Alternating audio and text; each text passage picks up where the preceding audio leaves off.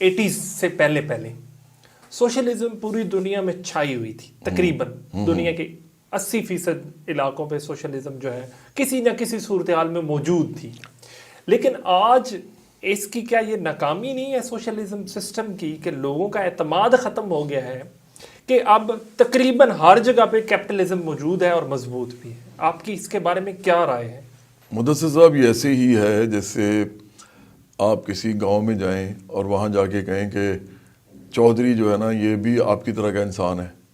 ایک عام دہقان کو کہیں، کھیت مزدور کو کہیں، اور آپ میں کوئی فرق نہیں ہے، تو وہ آپ کو دیکھ کے آپ پہلے تو وہ پریشان ہوگا کہ کیا بات کریں، پھر ڈرے گا بھی، پھر آپ کو حیرت میں بھی آئے گا، کیونکہ اس کو یہ بتایا گیا ہے کہ یہ خدا نے اس کو عزت دی ہے چودھری کو، اور چودھری کی عزت کرنا واجب ہے، اور آپ جو ہیں اس طرح ہی پیدا کیا آپ کو، آپ صبر شکر کریں. اس کو ہم کہتے ہیں برین واشنگ. برین واشنگ جو ہے وہ تعلیم سے بھی ہوتی ہے، باقاعدہ اس کے کورسز جو آپ کے پڑھائے جاتے ہیں، سلیبس پڑھایا جاتا ہے، اس کے اندر بھی آپ کے یہ شامل ہوتی ہے. پھر میڈیا اس کو بہت زیادہ کرتا ہے. پھر سیاست کے اندر بھی لوگوں کو برین واشنگ کی جاتی ہے. سیاست چونکہ ایلیٹ کے پاس ہوتی ہے، تو ہم کہتے ہیں کہ دا رولنگ کلچر یا ruling philosophy in a society is the culture اور the philosophy of the ruling class. ٹھیک ہے. رولنگ کلاس کا ہی ہوتا ہے جو نیچے وہ ٹرانسفر کرتے ہیں تاکہ لوگ جو ہیں وہ ان کے مفادات کے سامنے کھڑے نہ ہو سکیں. تو وہ آپ کا جو اکنامک اور سیاسی جو کیپٹل ہوتا ہے اس کو محفوظ رکھنے کے لیے سماجی کیپٹل بنایا جاتا ہے، اور وہ سماجی طور پہ آئیڈیاز کی صورت میں لوگوں تک پہنچایا جاتا ہے تاکہ وہ ریوولٹ نہ کریں. تو آپ نے جو بات کی ہے نا، یہ اگر آپ ہسٹری دیکھیں نا، تو رشیا میں جب ریولوشن آیا 1917 میں، تو اس کے فوراً بعد کوئی تقریباً 30 کے قریب ملک جو ہیں، جو کیپٹلسٹ ملک تھے، ان کی فوجوں نے ان کے بارڈر پہ آ کے لڑائی شروع کر دی. یہ بہت کم لوگوں کو بتایا جاتا ہے. اور اس کے بعد پھر یہ بھی ہوا کہ کیونکہ آپ کو پتہ ہے اس وقت جنگ عظیم چل رہی تھی 1917 میں، تو 1919 تک وہ چلی. اس کے اندر کیونکہ رشیا چاہتا تھا کہ ہم جنگ عظیم سے باہر آئیں، کیونکہ بولشوکس کا نعرہ یہی تھا جب انہوں نے انقلاب کیا، کہ ان کا نعرہ یہ تھا کہ لینڈ، پیس، بریڈ، یہ ان 3 چیزوں کی بات کر رہے تھے، مطلب روٹی، زمین اور امن. تو وہ لیکن چونکہ اتنی جلدی نکلنا اس کے لیے ان کے لیے مشکل ہو رہا تھا، تو ان کی جتنی بھی پیزنٹری تھی نا، جو ان کا رورل ایریاز میں جتنے بھی لوگ تھے، وہ 93% تھی اس زمانے میں. 93% پیزنٹری تھی، اور صرف 7% جو تھے وہ انڈسٹریل ورکر تھے. تو ان کے اندر بھی ایک بڑھ رہی تھی بے چینی، ان کے لوگ مر رہے تھے بارڈرز پہ. تو آپ کو یہ بھی پتہ ہے کہ رشین ٹھیک ٹھاک تعداد میں مرے بھی تھے. تو اس لیے پھر ادھر پھر یہ معاملہ ہوا کہ جب یہ فوجیں بھی آ گئیں، اس کے بعد پھر سول وار سٹارٹ ہو گئی اسی وجہ سے، کیونکہ سول وار میں جب آپ ریولوشن کرتے ہیں نا، تو کاؤنٹر ریولوشنری فورسز بھی بہت زیادہ ہوتی ہیں جو پچھلے نظام کے بینیفیشریز ہوتے ہیں. اگر وہ دیکھیں کہ باہر بھی فوجیں آ گئی ہیں تو وہ اندر بھی شروع کر دیتے ہیں. تو یہ معاملات رشیا کو پہلے تو یہ رہے انٹرنلی، اور وہ کیپٹلزم نے ان کو بڑا ٹھیک ٹھاک جو ہے وہ دباؤ میں رکھا. اس کی وجہ سے جو ڈکٹیٹوریل ایک سیٹ اپ تھا وہ بن گیا. 1924 کے بعد تو وہ باقاعدہ ان پلیس ہو گیا، کیونکہ لینن جو ہے وہ فوت ہو گیا 1924 میں. اور لینن خود کہہ گیا تھا 1921 میں کہ اگر رشیا کا اگر جرمنی میں ریولوشن نہیں آتا تو رشیا کا جو ریولوشن ہے وہ ڈومڈ ہے، وہ ختم ہو جائے گا. اور اس نے یہاں تک کہا کہ ہم جرمن ریولوشن کے لیے اپنا رشین ریولوشن قربان کرنے کے لیے تیار ہیں.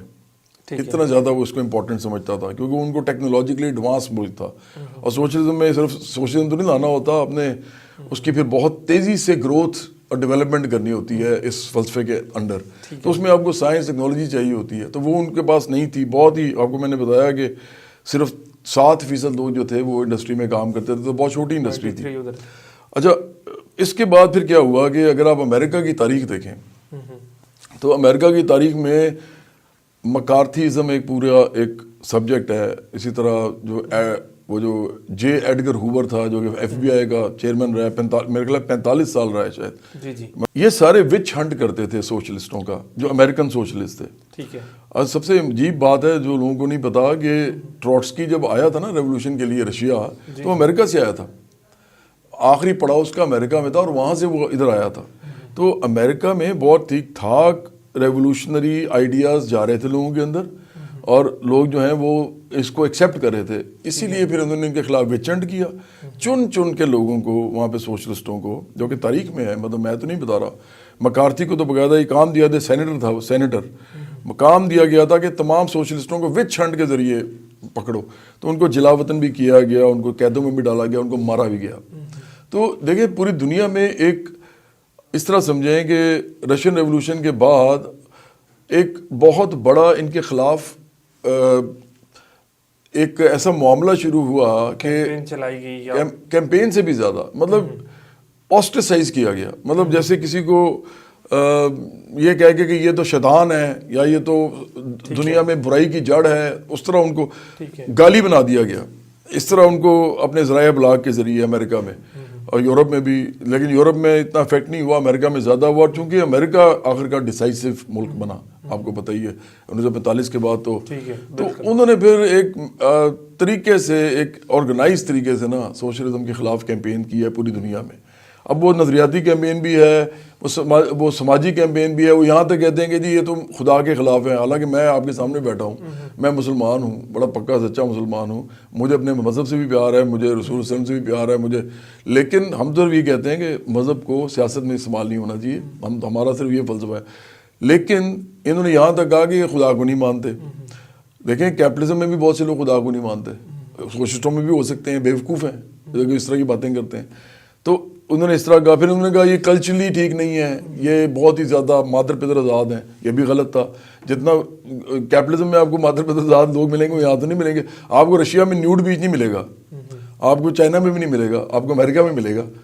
تو آپ کس طرح کہہ رہے ہیں کہ یہ مادر پدر آزاد ہیں. پھر تیسرا انہوں نے کہا جی کہ یہ لوگ جو ہیں یہ ریاستوں کو وہ کرتے ہیں, ریاستیں توڑنا چاہتے ہیں. یہ بھی بری بات ہے. ہم سمجھتے ہیں کہ ہم تو ریاستیں جوڑنا چاہتے ہیں, ہم تو پوری دنیا میں گلوبل سوشلزم چاہتے ہیں. تو میں اس لیے آپ کو یہ ساری باتیں بتائی ہیں بریفلی, کیونکہ سوشلزم کو باقاعدہ لوگوں کی یادداشت, لوگوں کے ذہنوں سے نکالنے کے لیے ایک کیمپین ابھی تک چل رہی ہے. اور پھر مختلف ملکوں میں اس کو مختلف طریقوں سے پھیلایا گیا. کہیں پہ ریلیجن یوز کیا گیا, کہیں پہ قومیت کو یوز کیا گیا, کہیں پہ علاقائیت کو یوز کیا گیا, کہیں لسانیت کو یوز کیا گیا. سوشلزم کے خلاف جو کیمپین ہے وہ ہر قسم کی آئیڈینٹی پالیٹکس کو یوز کر کے کی گئی ہے, وہ ابھی تک بڑی کامیاب ہے. تو اس لیے آپ کو نظر نہیں آتا, ادروائز یہ تو اپنی جگہ پہ کھڑا ہے. جب تک کیپٹلزم رہے گا اس کے اندر ایٹروسٹیز رہیں گی, کیپٹلزم کے اندر مسائل رہیں گے, سوشلزم کا نعرہ ختم نہیں ہو سکتا.